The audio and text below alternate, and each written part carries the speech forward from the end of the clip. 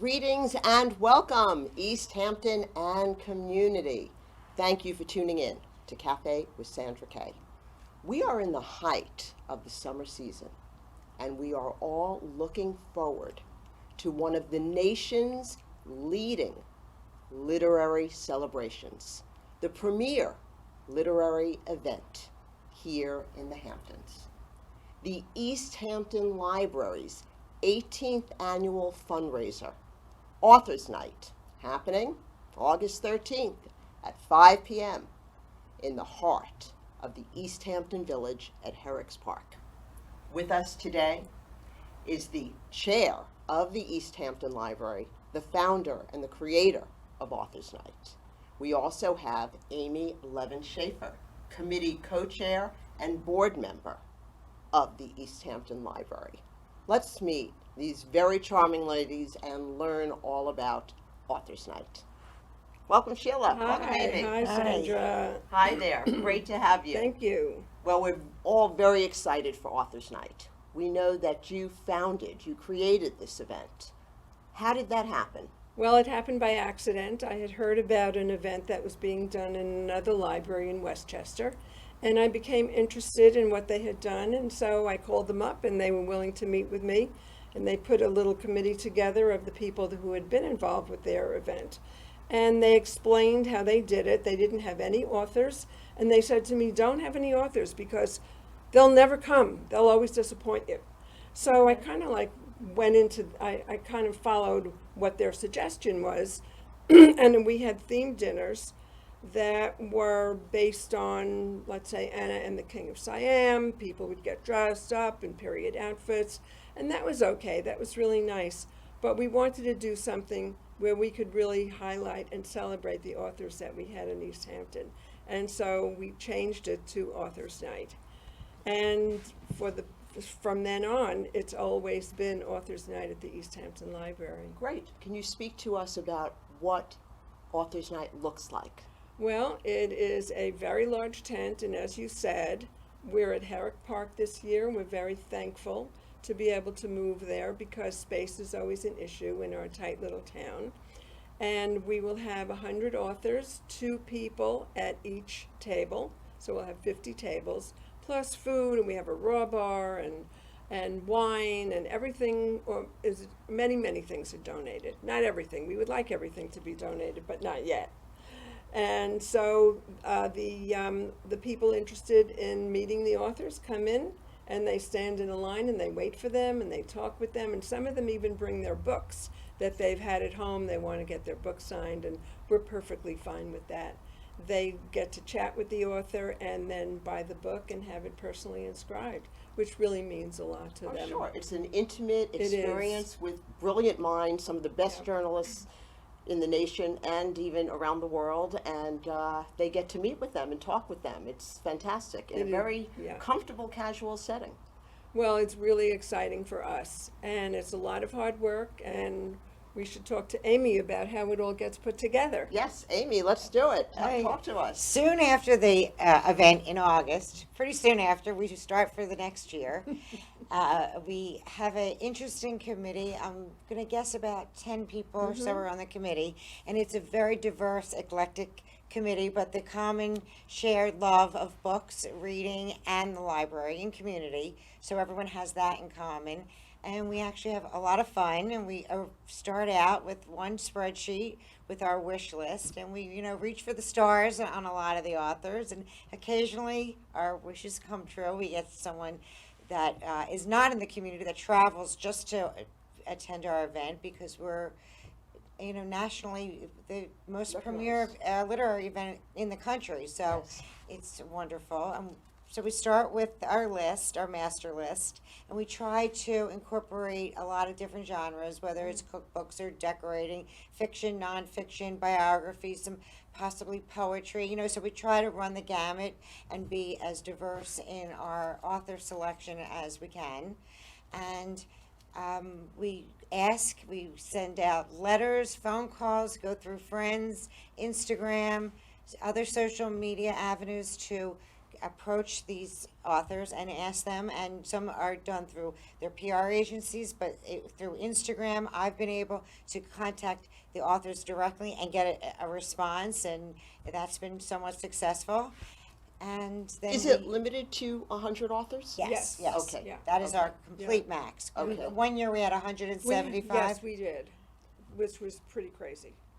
And do you select anything by genre, like in terms of percentages?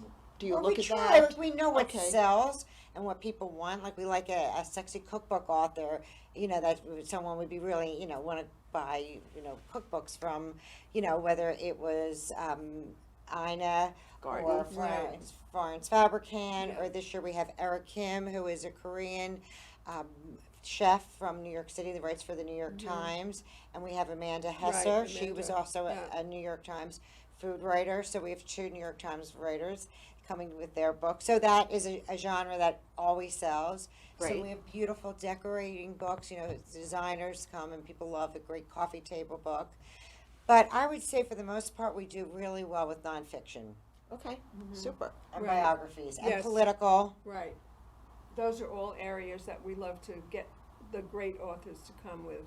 Okay, well, we're going to take a look at the video that was done in 2019 prior to COVID, so we can give everybody a taste of what they can look forward to. Jody, if we could go to the video. Hey everyone, I'm Andrew Dowd. Tonight we are at Authors Night, the annual event benefiting the East Hampton Library.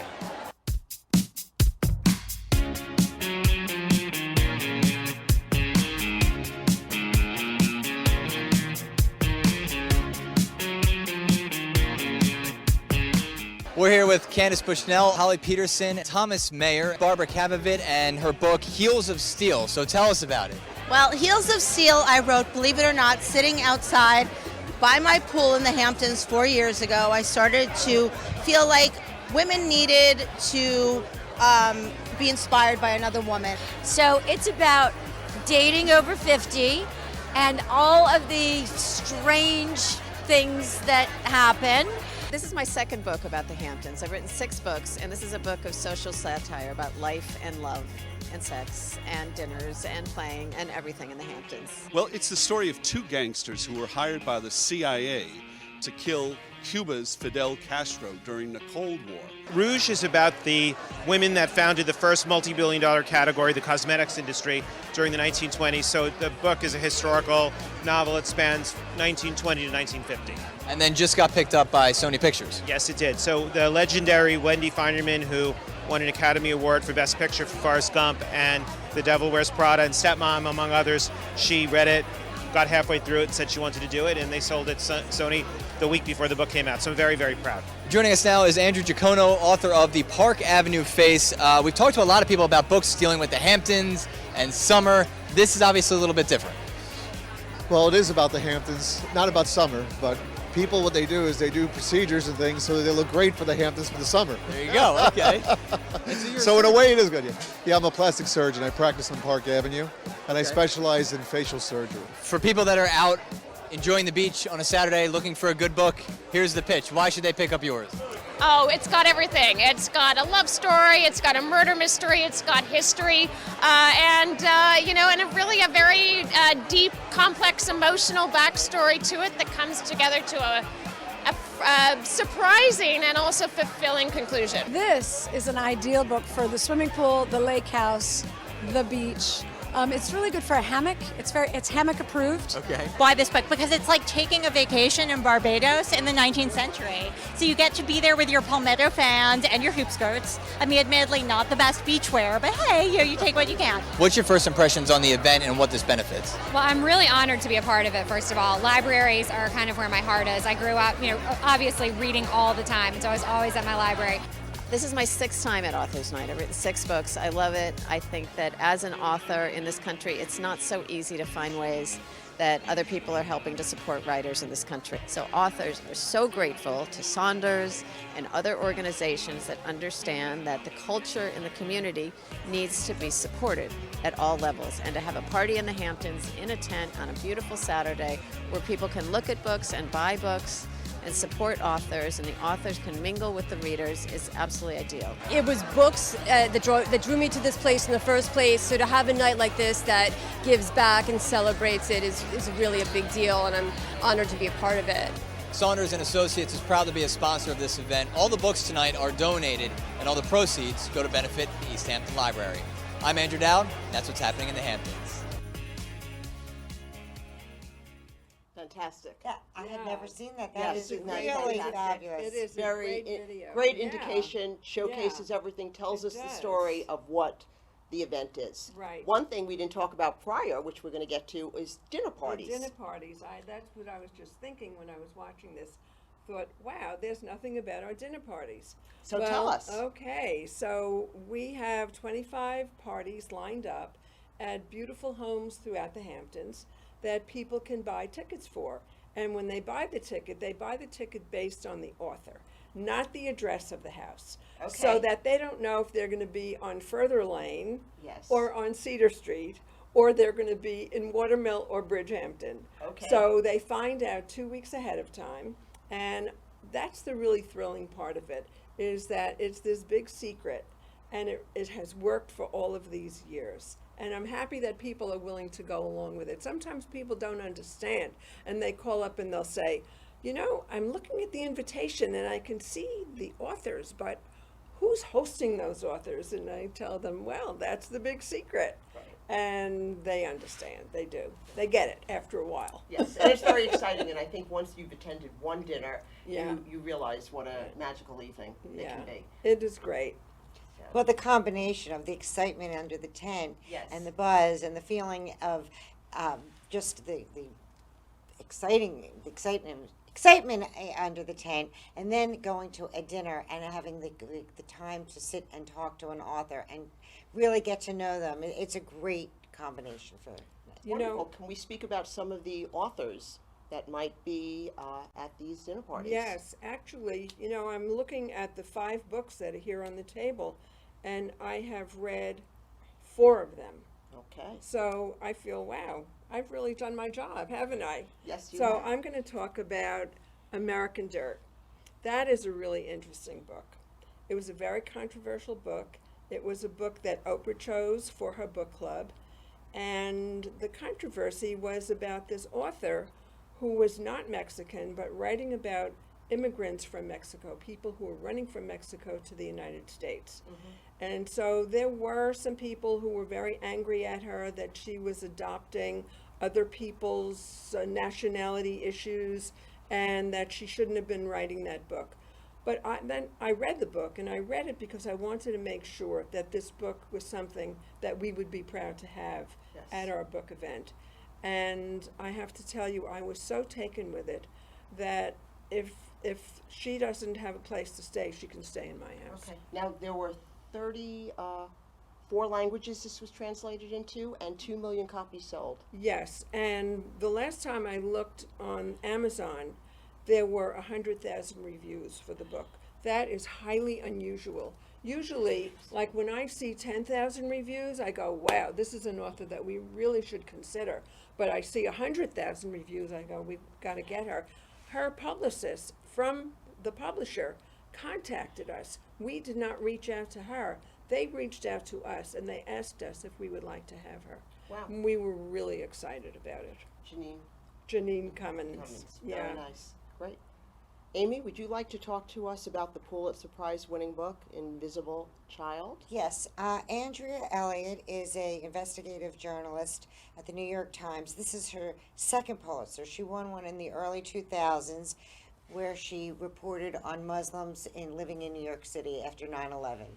So she won her first Pulitzer then, and then this past April, she won her second Pulitzer with The Invisible Child, and it's about a homeless family in New York, and one daughter in particular, this family, I think there's 6 children. Mother was a drug addict, and the child services took the children away from her, and then she was able to go back into the family. They live in Brooklyn in a very small apartment, and the child that she highlights in the book is very gifted and was able to get a scholarship to a boarding school. So she follows the perils of this one child through her And life. the struggles Wow. of And the leaving the struggles. family. And Did you read the book? no, but I've read a lot about it. Yeah, so, So- so she's coming, she'll be a guest at a dinner party, and it'll Okay. be, I'm sure, a really wonderful discussion, because she's seen things that we all can't imagine. That's right. And actually, it's the same thing with Janine Cummins, that she has seen many things, even though she didn't partake. She went and did her research in Mexico. But because I work for the East Hampton Healthcare Foundation, I'm the director there, plus I manage the East Hampton Healthcare Center, I see people, like people that are subjects of this book, come into our office. And she has really opened my eyes as to what they have gone through, because many of these people don't speak English, so I don't have a way of conversing with them. My bilingual social worker will do that. So I hear little bits and pieces of it. So for me to learn about this was really very helpful to me in my life. Okay. Very interesting. Let's Yep. talk about some of the icons that we're going to see. Well, Robert Caro, he Yes. is our number one Power icon. broker. When he first agreed to come to a dinner party and to be at Author's Night, I could not believe it, because he was so difficult to A, reach, and B, to get to agree. Now, he loves our event, and he says when he comes to our event, he feels like we have given him a reason to write.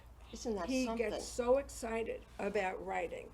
And he said that he will talk to any media about our event, because it is so important that we stress the importance of reading and authors and connecting with the public.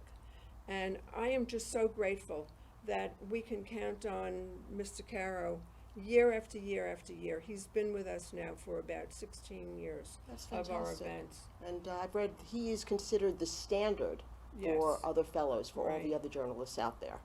You know, he just recently gave all of his personal papers to the New York Historical Society. And frankly, I'm a little jealous, even though they belong there and they don't belong at the East Hampton Library. There's still part of me that really wants to, you know, have him full-time forever in our midst. Okay, wonderful.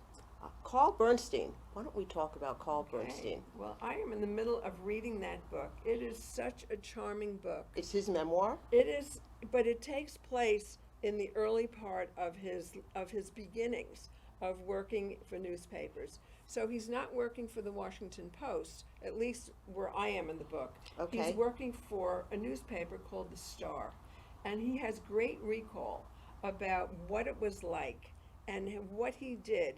But the most interesting thing about it is that he began at a very important time in this country's history.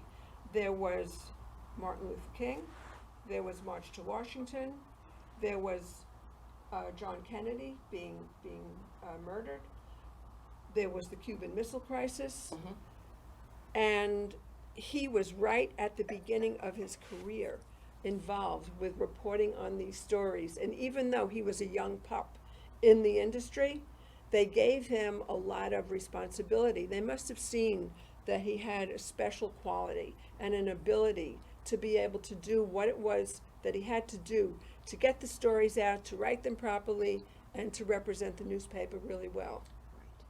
Yes. And I'm just so thrilled that he's coming. I just can't even begin to tell you that we have Carl Bernstein. We tried to get Bob Woodward, but unfortunately he was going to be Well, out they of the said country. that one of his, claims to fame is he is a seeker of truth. Right. And that is how he came to write, Yes. some of the books Right. and Pulitzer Prize winning books. Yeah. So, That is really thrilling for yes. us. And we also have Katie Kirk. Would you like to speak to us a little bit about Katie Kirk? Yes, I have not read her book yet, but I've read about her book, and it's a memoir on her life, and she has always felt like this bubbly, smiling girl next door, and even though that is her persona, that's not really who she is and what she is, and she seems to somewhat of a tell-all memoir Yes. of what went on in the newsroom and in her life. And there was some controversy about it. I think some of her fellow journalists, there was some Well, I think she gives this bubbly appearance, but there's a little dynamo under there. Yeah. Sure Anybody is. that has accomplished what she has accomplished, Yes. she is driven, she's motivated, she has a focus and a determination that is to be reckoned with. But I think she's very and applauded, honest in frankly. this book. Yes. You know, I think she really looks at herself, and it shows you another side of her. Yeah. So, and she's also a guest at a dinner party, Okay. which would be also a wonderful party to attend. Yes, for sure. And go ahead, Sheila. Okay, Nelson DeMille. Nelson is a regular. If he didn't come, we'd be so disappointed. And I've read so many of his books, including The Cuban Affair. I read that this winter. And I was so taken with it. I just absolutely loved it. I can't even begin to tell you how many books of his that I've read, but I always enjoy his work. And his son. And his son, which Alex. will have a book. Yes. is I here. haven't read his books yet, but I will. That's on my agenda. Yeah, so it's great to go to the next generation. Yeah, Yes. it's really wonderful. And Nelson loves our event too. He's a regular, and you know, the stars are aligned when Nelson comes. Okay, that's great. Another author that Tina Brown, the royal family. I mean, that's of interest to all of us. Yeah, that is amazing. Can't Yeah. wait to read it. I know. Are you going to go to that dinner party? I might go to that dinner party. I'm making a decision now, but that's a very good one that I would be most interested It's in. a tough decision, isn't Yes, it? it We have is. so many great parties this year. It's going to be exciting. Yeah, yeah. We also have another interesting story with an author. The author's name is Viola Shipman, but it's not really Viola Shipman. It's a pseudonym from a gentleman named Wade Rouse. It's his grandmother's name. So he's written under the name Viola Shipman and had many bestsellers. That's And interesting. now he wrote an autobiography of his life coming out as a gay man in, I believe it's Mississippi, and his relationship with his father. I think they were a evangelical family, and it was a very difficult time. So he's coming with 2 books. So on our list of authors, it's Viola Shipman and Wade Rouse. And he is also going to be a guest at a dinner Yeah. party as well. So And then we have another one. We have James Kirk, who wrote about gay Washington. And that was a big surprise. I mean, I had no idea that somebody would write a book about it, but obviously he that's- found enough information to actually put a book together. And he too will be at a dinner party. Great. And Dr. Ruth. Is Dr. Ruth going to be at a dinner party? No, not this year. Yeah. No, Okay. no. She's amazing. This she's is done it many years. times, many times. She's so darling. Everybody my loves God. her. Everybody I wants know, to be what with a her. charm.